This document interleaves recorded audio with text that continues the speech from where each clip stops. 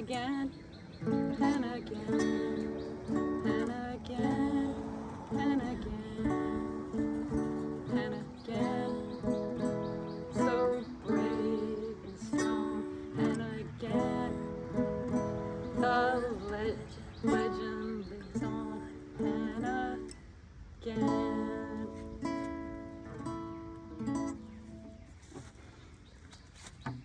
We're going to have about 60 videos done at the end of the summer, and I'm really going to know this song.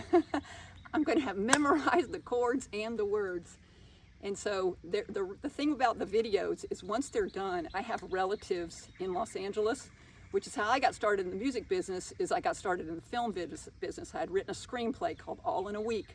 And my little sister and her boyfriend and I went and we shopped the screenplay and got the interest in it. And then the song for the theme of the screenplay was Searching for Satisfaction, which is how I met John Brannon and ended up doing the record Mystery Street. So this is going to be a screenplay. It's going to be 60 videos. And I got some family there, some good connections that are in the film business. And they're going to look at all these videos and they're going to make a movie out of it. And so everybody keeps telling me everywhere I go for 2 years to write a book, write a book. Well, it was everything I could do to write 12 kids' books that about taxed my brain to the hilt. So I can't, that's just obviously not my style of creativity. I'm a visual artist and I can see these videos and I can comprehend what I'm doing. And I've had a really, really busy week. I almost thought I couldn't film because I didn't think I'd have a voice. I was in Colombia, down in a place that's the hardest place you're ever gonna find, which is the early research, the archives and library called the Carolina. Okay, that's a hard name to remember. That's the library that has all this information that I need to prove my point and everybody else needs for those early years, which are just boggy. And when I went in there, you couldn't find the door, GPS wouldn't GPS it. There was nobody downstairs. I almost left, so I called them on the phone from the downstairs first level. And they said, do you have an appointment? And I was like, oh my God, this place is like creepy.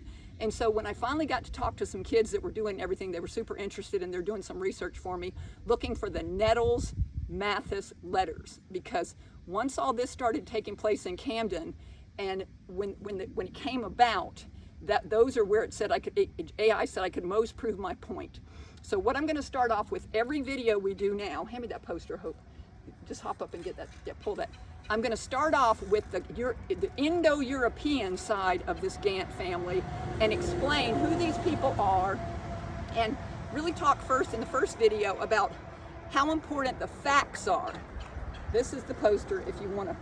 It's got my phone number, 843-956-7522 is the one that people are, I usually recommend, and people have called me from all over. A guy from San Diego he's a retired attorney, got in touch with us about his research he's been doing and how hard he couldn't believe he couldn't find this stuff out. And so people are really super interested. People call from this poster.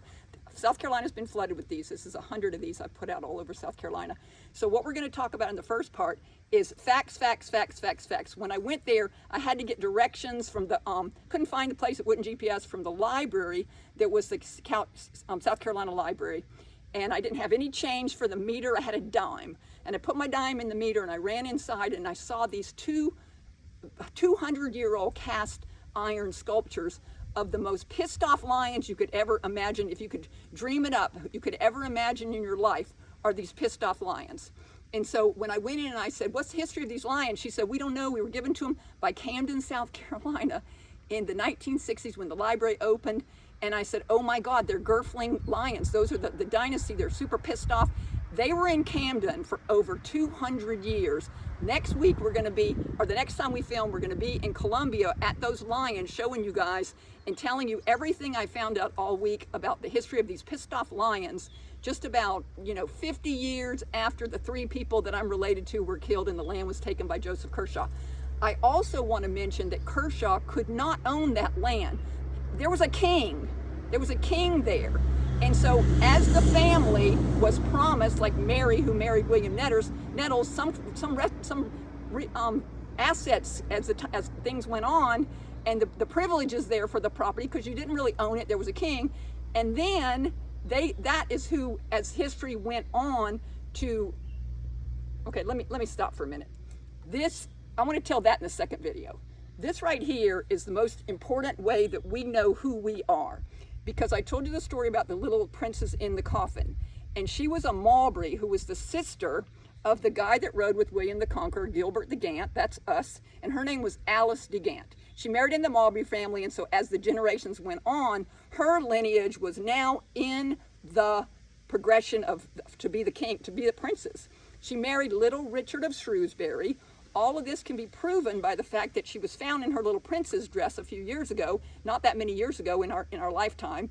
And so we know what time she was from because she was married to little Richard Shrewsbury.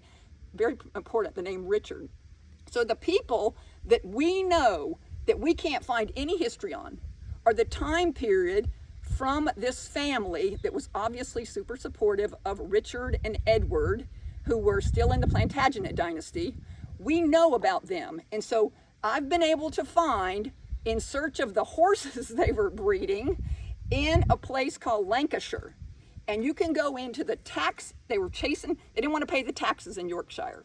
So it's listed in the Lancashire tax disputes when the Tudors got rid of the Richards and the Edwards, and that is who they were supportive of. So they came in and overtaxed the people that had forever since 1066 had the prime pastures of Yorkshire, West Riding and all that area, the Gants. And so they are now pushed out, don't want to pay the taxes, and go down to Lancashire, which is where they had a lot of people they were involved with family-wise in a place called Ribshire. And so we know for sure why we can't find any history of these names, because guess what? The name of the son was Richard.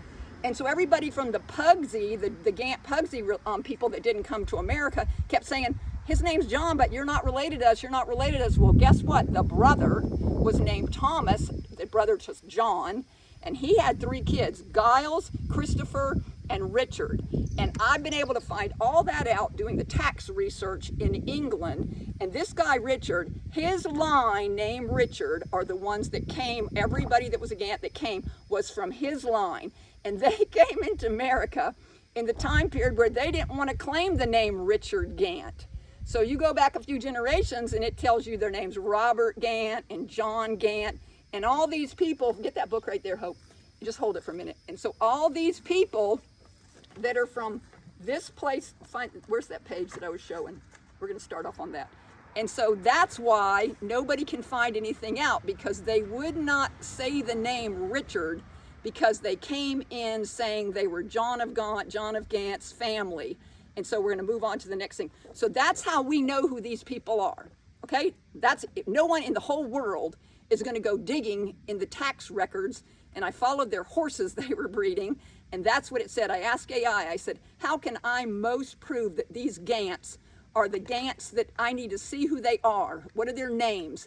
And they told me to go to the tax disputes. They were called the taxes of the Tudors, the Tudor taxes, because Richard of the Plantagenet is now gone, dead, and the little princes have been in the missing towers, have now been killed or hidden or chopped up, and who knows what happened to them.